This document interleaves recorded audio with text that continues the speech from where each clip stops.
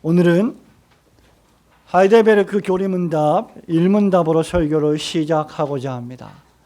이 고난의 시기에, 이 전염병의 시기에, 정말 우울하기 짝이 없는 시간들을 보내고 있는 이 시기에 하이델베르크 교리문답 1문답은 우리에게 큰 위로가 아닐 수 없습니다.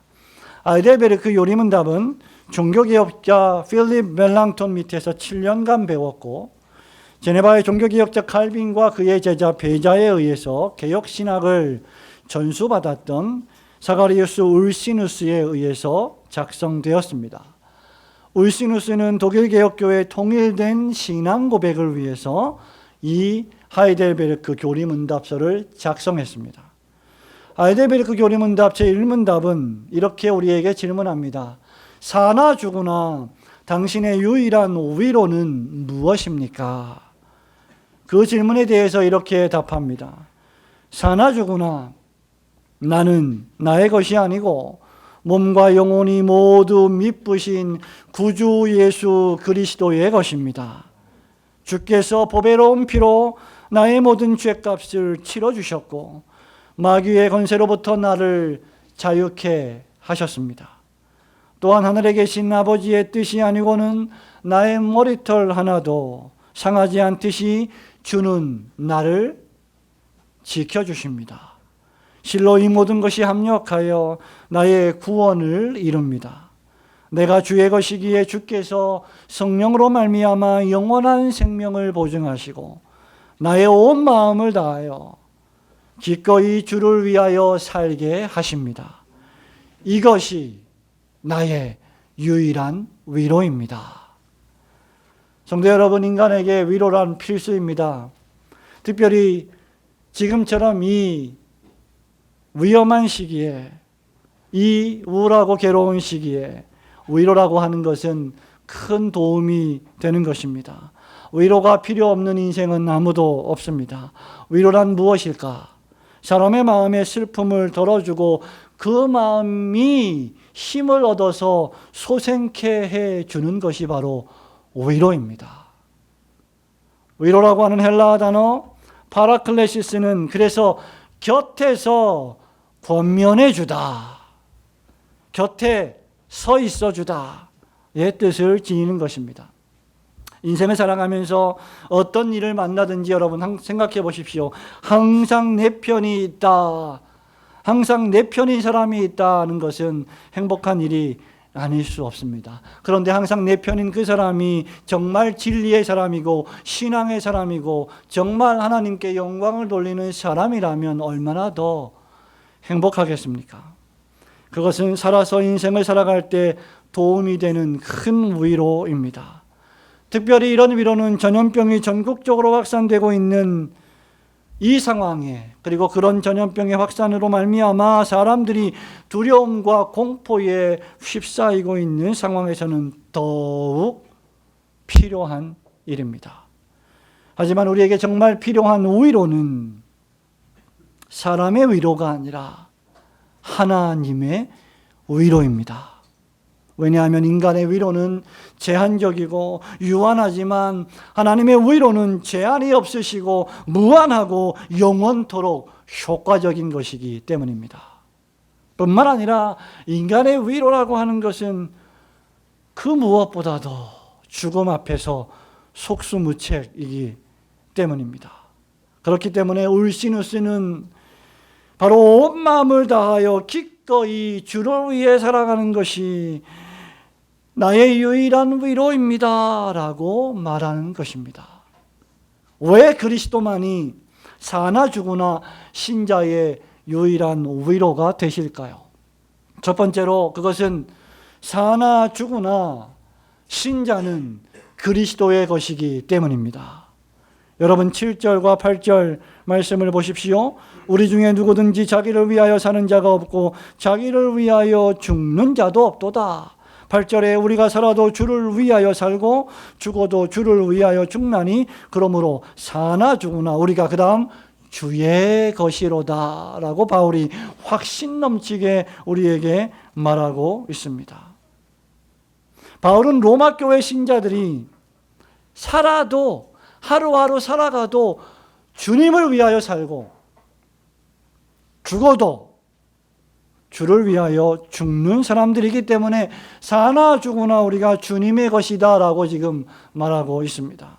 이 말은 신자의 삶과 신자의 생명과 신자의 인생과 신자의 죽음의 주인이 신자 자신이 아니라 그리스도이시라는 말씀입니다. 우리의 삶의 시간이 주님의 것이라는 바울의 선언이죠. 하나님께서는 당신의 모양과 형상대로 우리를 지으신 창조주이십니다. 그렇게 바울은 7절에서 누구를 막론하고 누구든지 자기를 위하여 사는 자가 없고 자기를 위하여 죽는 자도 없습니다 라고 단정적으로 말하는 것입니다. 적어도 하나님을 믿는 신자들이라면 말입니다. 이것은 신자와 불신자를 구분해주는 엄청난 진리입니다. 이것은 신자의 인생관을 좌우하는 엄청난 말씀입니다. 바로 지금 내가 호흡하며 살아가고 내가 숨이 붙어있고 내가 먹고 마시고 내가 살아가고 있는 모든 이 삶이 과연 누구에게서 왔고 내가 지금 누구를 위하여 살며 나의 생명이 마침내 누구에게로 갈 것인가에 대한 근본적인 말씀입니다. 만일 나의 생명이 나의 인생이 내 것이 아니고 주 예수 그리스도의 것이라면 여러분의 생각과 뜻이 여러분의 계획과 행동이 여러분을 주장하게 해서는 안 됩니다.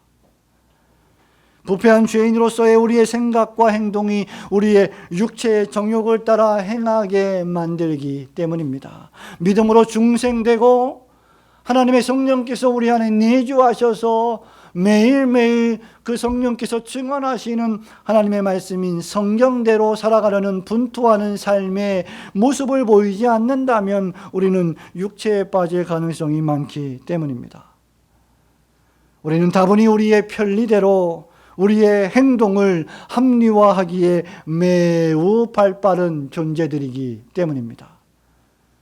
그렇게 칼빈은 기독교 강요 3권 7장 그리스도인의 삶의 요체 자기를 부인함이란 이 장의 1항 하나님이 주인 되심이란 제목에서 이렇게 말합니다. 할 수 있는 대로 우리 자신이나 우리에게 속한 것들을 잊어버려야 할 것이다. 칼빈이 계속해서 말합니다. 하나님의 뜻과 그의 지혜가 우리의 모든 행동을 다스리게 해야 한다. 우리는 하나님의 것이다. 그러므로 하나님을 유일한 목적으로 삼고 우리의 삶의 각 부분마다 그를 향하여 나아가도록 최선을 다하여야 한다. 말하자면 칼빈은 우리가 우리 삶의 통치권과 우리 삶의 경영권을 우리로부터 취하여서 온전히 하나님께 드려야 한다라고 말하는 것입니다. 더 노골적으로 말하면 너희들 마음대로 살지 말고 하나님의 뜻대로 살라는 것입니다.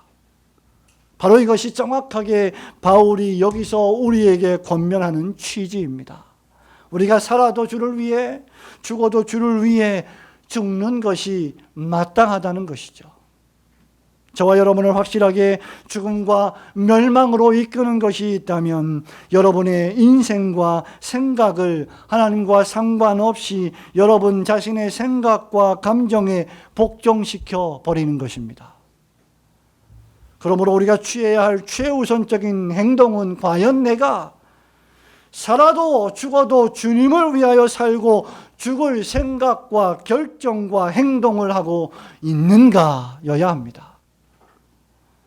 언제든지 하나님 앞에서 나의 생각과 행동이 과연 정당한가? 성경적인가? 같은 형제자매 된 성도들에게 지금 나는 덕을 끼치고 있는가? 하나님을 사랑하고 이웃을 사랑하고 있는가라고 물어야 합니다. 그렇게 할 때 비로소 그리스도께서 나의 유일한 위로가 되심을 우리는 더욱 깊이 경험하게 될 것입니다. 프랑스 오르쉐 미술관에 가면 19세기의 화가 루이 장모가 그린 유명한 그림이 있습니다. 메젠티우스의 형벌이라고 하는 작품입니다. 로마 제국이 들어서기 이전에 고대 이탈리아 땅에 살았던 에트루리아의 왕 메젠티우스가 있는데, 이 메젠티우스는 전쟁의 포로를 형벌하는 그 형벌의 방법으로 그 전쟁 포로를 죽은 자의 시체와 함께 묶어버려서 형벌했습니다. 죽은 자의 시신에 입과 입을 맞대어 신자의 몸을 결박함으로써 부패한 시신과 함께 썩어 들어가면서 죽음에 이르게 하는 형벌이었습니다. 메젠티우스의 형벌이라는 이 작품은 그렇게 생생하게 죽음을 보여주는 것입니다. 저는 몇 년 전 국내미술관에서 열렸던 오르세 전시회에서 한쪽은 생명이 없어 싸늘하게 식은 부패한 시신이, 다른 한쪽은 겁에 질린 살아있는 사람의 시신이 함께 묶여있는 그 그림을 보고 충격을 받았습니다. 하나님께서 우리를 지으시고 사나 죽으나 주님을 위하여 살고 죽으라 하셨는데, 과연 나는 나를 위해 살고 있지는 않은지, 세상을 위하여 살고 있지는 않은지, 나의 욕심과 유혹을 따라 썩어져가는 구습을 쫓는 그 옛사람을 따라 살아가고 있는지 생각해 보았습니다. 의심의 여지 없이 여러분이 어디에 묶여 있느냐에 따라 여러분은 엄청난 영향을 받습니다. 세상의 영향을 받고 불신앙적 친구의 영향을 받으면 참된 위로를 잃어버릴 수 있습니다. 이단에 빠지게 되면 거짓된 위로와 거짓된 확신을 통해서 평강하다라고 말하게 됩니다. 바이러스 확산으로 인해 우리가 감염되지 않도록 최고의 개인 위생에 힘써야 하겠지만, 그 공포에 휩싸이면 참된 위로를 놓칠 수 있음을 기억해야 합니다. 이사야 43장 1절에서 선지자는 하나님의 말씀을 우리에게 이렇게 약속으로 전해 주십니다. 야곱아, 너를 창조하신 여호와께서 지금 말씀하시느니라. 이스라엘아, 너를 지으신 이가 말씀하시느니라. 너는 두려워하지 말라. 내가 너를 구속하였고 내가 너를 지명하여 불렀나니 너는 내 것이라. 우리 주님께서 어떻게 우리의 위로가 되십니까? 우리 주님께서 우리를 당신의 소유 삼고 당신의 것이라고 도장을 찍으시고 언약으로 묶어 주심으로 우리의 위로가 되십니다. 하나님과 예수 그리스도의 영이신 성령님을 보내셔서 우리의 영혼 속에 거처하게 하시고 우리를 성령님과 묶어 주심으로 나의 생명, 나의 육체와 영혼의 주인이 예수 그리스도시라는 사실을 깨닫게 함으로 위로가 되어 주십니다. 그러므로 성도 여러분, 땅들이 변하고 물결이 일어나 산 위에 넘친다 할지라도 참된 성도는 두려워할 필요가 없습니다. 그러므로 사나 죽으나 내가 그리스도의 것이 되었다 는 이 축복된 확신은 세상을 다 준다고 하여도 결코 바꿀 수 없는 것입니다. 그러므로 우리가 사나 죽으나 우리의 유일한 위로가 되시는 주님을 위하여 살아가시는 우리 올고든교회 성도들이 되시기를 주님의 이름으로 축원합니다. 둘째로, 그리스도께서 우리를 죄로부터 자유케 하셨기 때문에 우리의 참된 위로가 되십니다. 여러분, 9절 말씀을 보시면 이를 위하여 그리스도께서 죽었다가 다시 살아나셨으니 곧 죽은 자와 산 자의 주가 되려 하심이라고 바울이 말하고 있습니다. 바로 이것을 위해서 그리스도께서 죽었다가 다시 부활하신 것입니다. 이 말씀은 우리의 죄라고 하는 영적 질병을 우리 주님께서 피 흘려 주심으로 치료해 주셨다는 뜻입니다. 저와 여러분이 감기에 걸리고 독감에 걸리고 여러 가지 질병에 걸리면 의사들이 진단을 하고 처방을 해서 약을 조지하고 주사를 놓아줍니다. 그 치료책을 따라 잘 약을 먹고 수면을 잘 취하고 건강하게 몸을 관리하면 우리의 몸은 치료됩니다. 그것이 치료책이기 때문입니다. 죄와 허물로 죽어버렸던 저와 여러분을 치료해 줄 유일한 치료책은 마찬가지로 주 예수 그리스도의 십자가 보혈뿐임을 믿으시기를 축원합니다. 저와 여러분이 죽을 병에 걸린 환자인데 주님께서 그 병을 치료해 주셨다는 것입니다. 지금 우리는 바이러스의 전염으로 인한 극심한 공포에 빠져 있습니다. 건강한 사람도 마치 병에 걸린 것 같은 착각을 불러일으키게 됩니다. 내가 열이 나는 것이 아닐까? 내가 머리가 살짝 아픈데 내가 혹시, 여러분 한두 번쯤 그런 생각하면서 지난 일주일을 보내지 않았을까요? 아무 문제도 없고 체온도 36도도 안 되고 35.9도인데 38도가 아닐까? 막 이런 상상을 하고 여러분 일주일을 두려움 속에 지내지 않았습니까? 옆 사람이 기침을 하기라도 하면 새파랗게 질린 얼굴로 그 자리를 황급히 떠나버립니다. 하지만 사람에게 진정한 문제는 바이러스가 아닙니다. 사람에게 진정한 난제는 바로 죄와 죽음입니다. 사람의 영혼과 육체가 죽음에 빠져버림으로 하나님을 대적하여 범죄한 그 죄 말입니다. 육체적 건강과 생명을 위협하는 바이러스에 이처럼 엄청나고도 과도한 반응을 보이는, 그래서 예배까지 취소해야만 되는 이 참혹한 현실 앞에서 사람들이 도대체 자신의 영원한 운명을 좌우하는 영적인 질병에는 동일하게 엄청나고도 과도한 관심을 가지지 않는 것은 참으로 놀라운 일입니다. 바울은 로마서 3장 23절에서 모든 사람이 죄를 범하였으므로 하나님의 영광에 이르지 못하더니라고 말했고, 6장 23절에서 죄의 삭은 사망이다 라고 선언했습니다. 우리 주님께서 마태복음 10장 28절에서 이렇게 말씀하시죠. 몸은 죽여도 영혼은 능히 죽이지 못하는 자들을 두려워하지 말고 오직 몸과 영혼을 능히 지옥에 멸하실 수 있는 이를 두려워하라. 바이러스는 우리의 몸을 죽이지만, 우리의 영혼에 상처를 입히지만 영혼을 죽이지는 못합니다.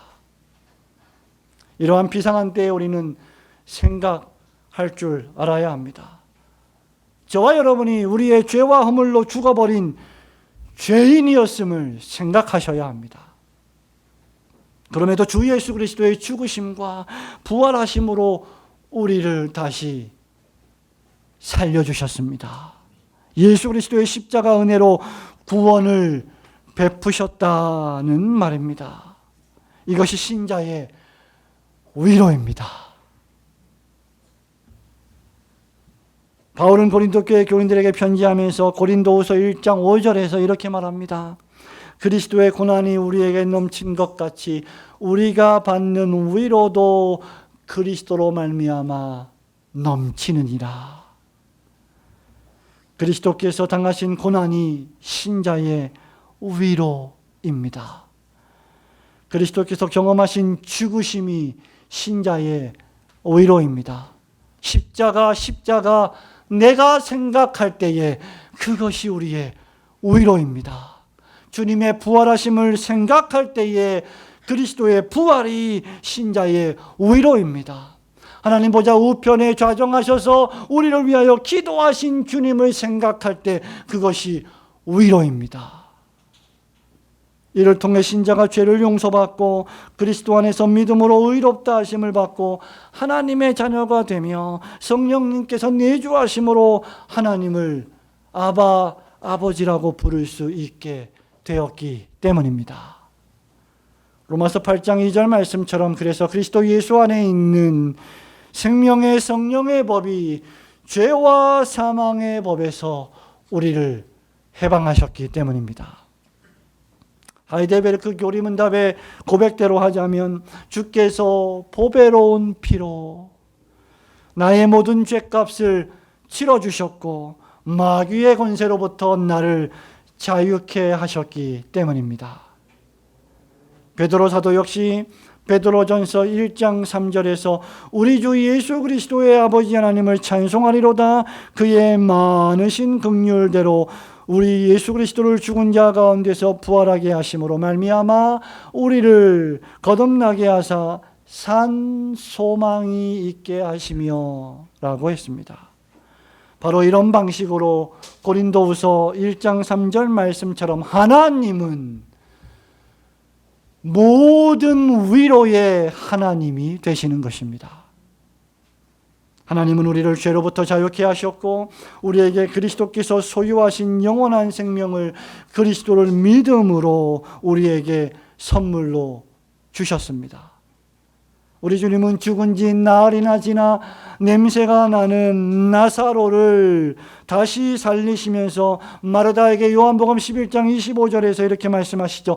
나는 부활이요 생명이니 나를 믿는 자는 죽어도 살겠고 무릇 살아서 나를 믿는 자는 영원히 죽지 아니하리니 이것을 내가 믿느냐. 그러므로 성경에 기록된 부활은 일반적으로 그리스도의 이 부활은 신자의 부활의 모형이자 증거입니다. 그래서 사도 바울은 데살로니가 교회에 편지하면서 데살로니가전서 4장 16절, 17절, 18절 말씀처럼 신자의 위로를 부활에 두고 있는 것입니다. 주께서 호령과 천사장의 소리와 하나님의 나팔 소리로 친히 하늘로부터 강림하시리니 그리스도 안에서 죽은 자들이 먼저 일어나고 그 후에 우리 살아남은 자들이 그들과 함께 구름 속으로 끌어올려 공중에서 주를 영접하게 하시리니 그리하여 우리가 항상 주와 함께 있으리라.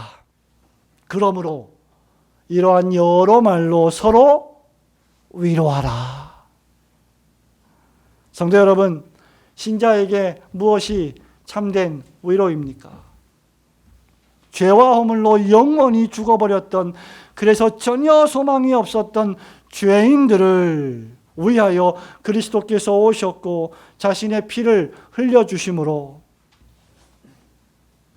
죄에서 우리를 자유케 하셨고 죽음에서 부활하심으로 우리에게 영원한 생명을 주신 것이 참된 위로가 아니고 무엇입니까?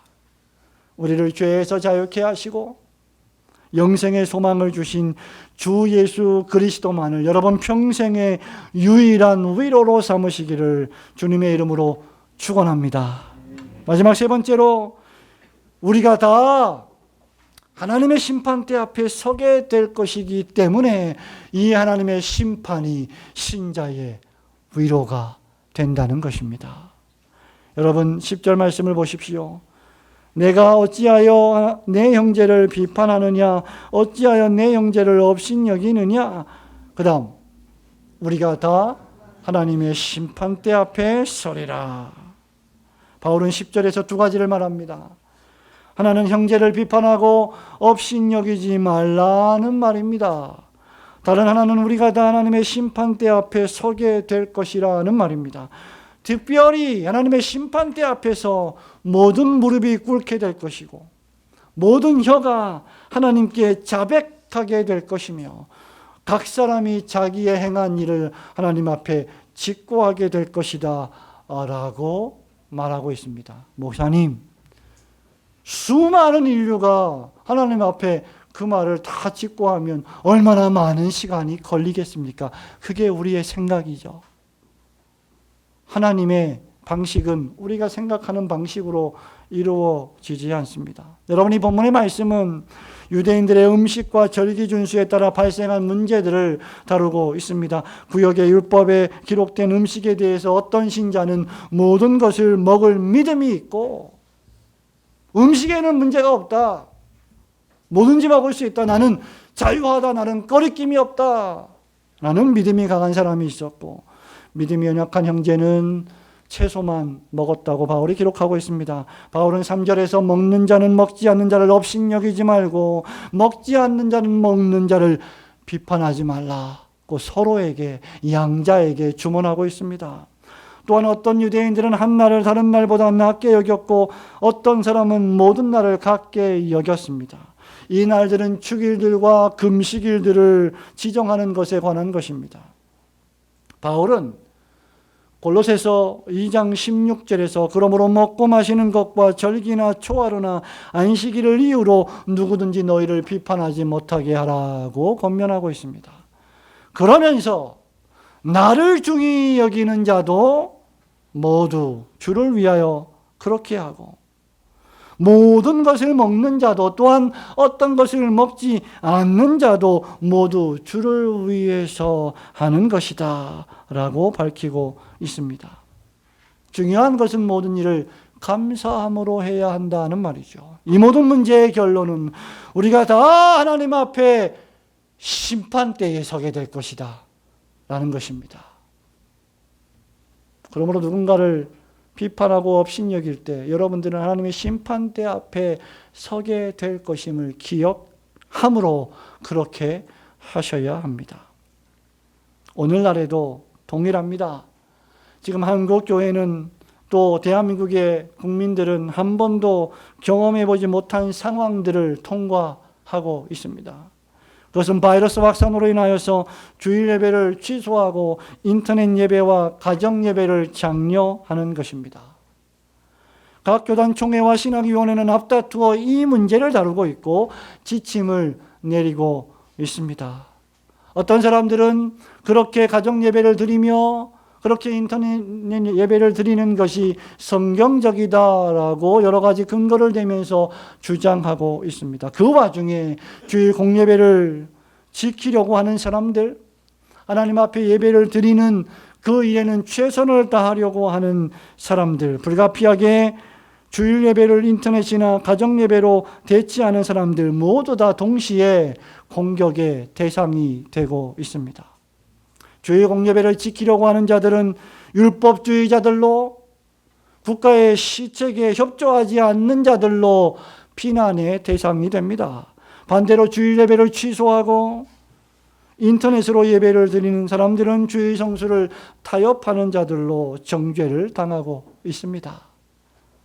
이 문제는 보기보다 훨씬 더 복잡한 문제입니다. 저는 이 문제에 대해서 여러분의 교사로서, 여러분의 담임 목사로서 글을 구상하며 쓰고 있습니다만은 오늘 아침에 그 문제를 다 다룰 수는 없을 것입니다. 그러나 몇 가지 결론을 말씀드리면 주일 공예배는 그 어떤 것으로도 일단 대체가 불가능하다는 것입니다.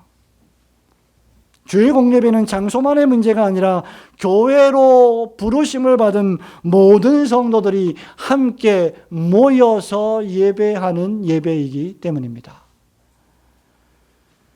그럼에도 불구하고 대구 경북과 같은 불가피한 지역에서의 상황은 불가피한 상황으로 대처해야 한다는 것입니다. 그것은 불가피한 일인 것이죠. 셋째, 초대형 교회와 상대적으로 규모가 작은 교회들의 대응은 달라야 하며 초대형 교회들이 왜 앞다투어 확진자가 발생하지 않았음에도 예배를 멈추고 있는지를 우리는 깊이 생각해 보아야 합니다. 이것은 또한 참된 교회론이 무엇인가, 참된 교회가 과연 무엇인가에 대한 많은 성찰을 요구하는 것입니다.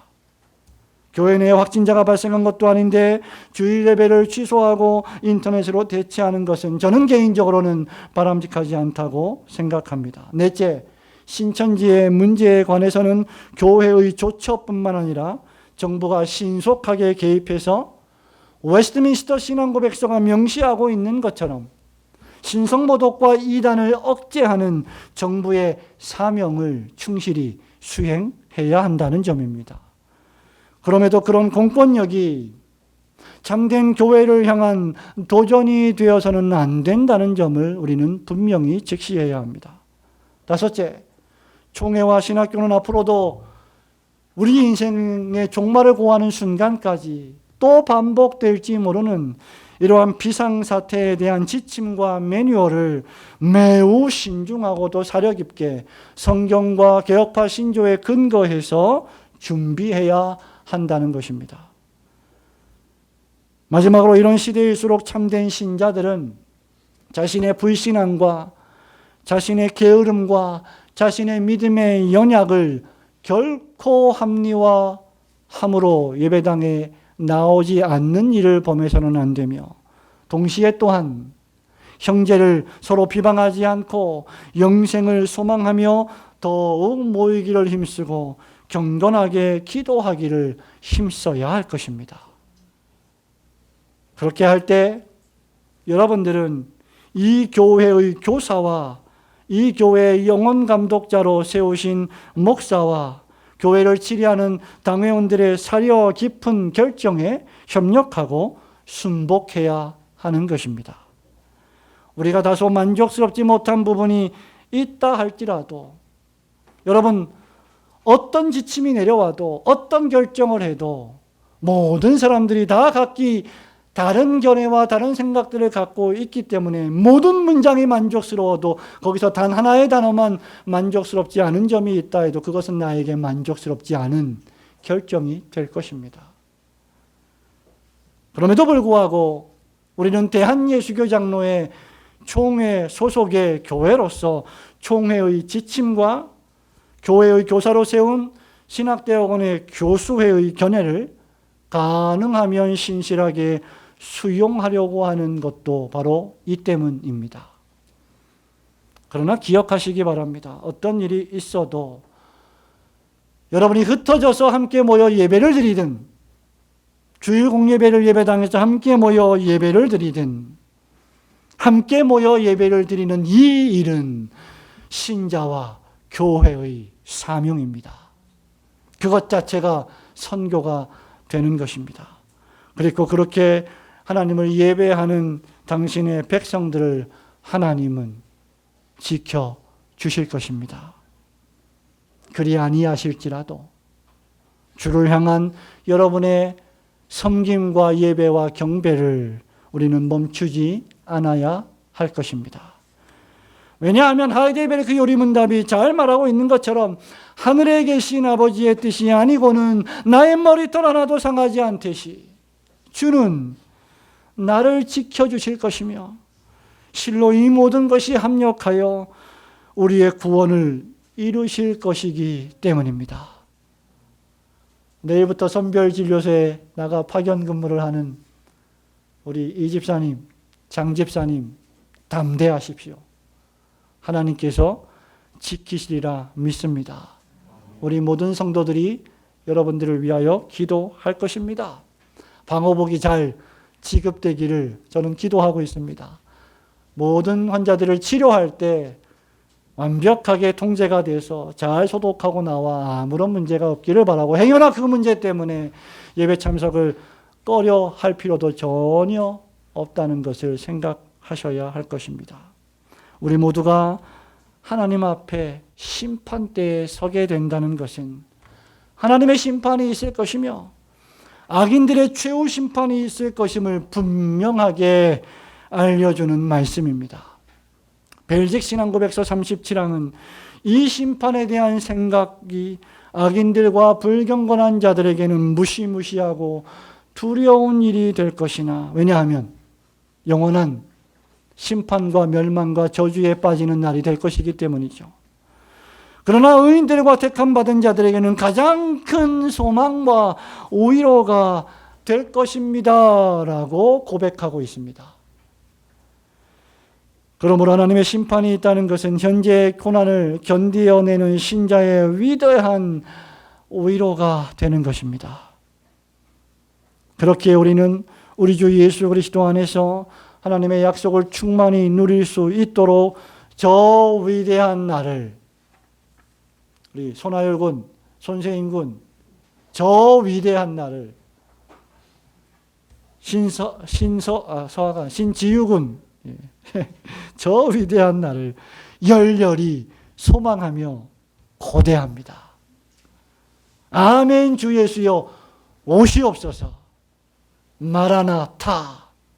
이게 벨직 신앙 고백서의 마지막 신앙 고백의 마지막 문장입니다. 그렇게 고백했던 귀도 드브레와 같은 고백을 우리도 할 수 있을 것입니다. 여러분, 벨직 신앙 고백서 우리 공부했잖아요. 그런 공부를 하는 것은 이런 때 써먹으라고 공부하는 겁니다. 공부하고 책꽂이에 꽂아놓고 도무지 무슨 일이 있었는지 기억하지 못하라고 하는 것이 결코 아닙니다. 사랑하는 우리 올고등교회 성도 여러분, 말씀을 했습니다. 오늘 설교자는 여러분이 위로하는 자가 되기를 간절히 소원하고 있습니다. 위로받는 자에서 위로하는 자가 되십시오. 누가 내 옆에 있어주기를, 누가 내 편을 들어주기를 원하는 자에서 상대방의 편이 되어주고 힘들고 어려운 자의 편에 서주는 성숙한 신자들이 되시기를 소원합니다. 십자가 복음의 능력은 우리를 위로해 주십니다. 성령께서 말씀으로 우리를 위로하십니다. 그리고 우리로 하여금 다른 이들을 위로하라고 명령하십니다. 이것은 구약의 선지자, 신약의 사도의 사역의 핵심이기도 합니다. 이사야 선지자는 이사야서 40장 1절과 2절에서 이렇게 권면하지요. 너희 하나님이 가라사대 너희는 위로하라. 내 백성을 위로하라. 너희는 정다이 예루살렘에 말하며 그것에게 외쳐 고하라. 그 복역의 때가 끝났고 그 죄악의 사함을 입었느니라.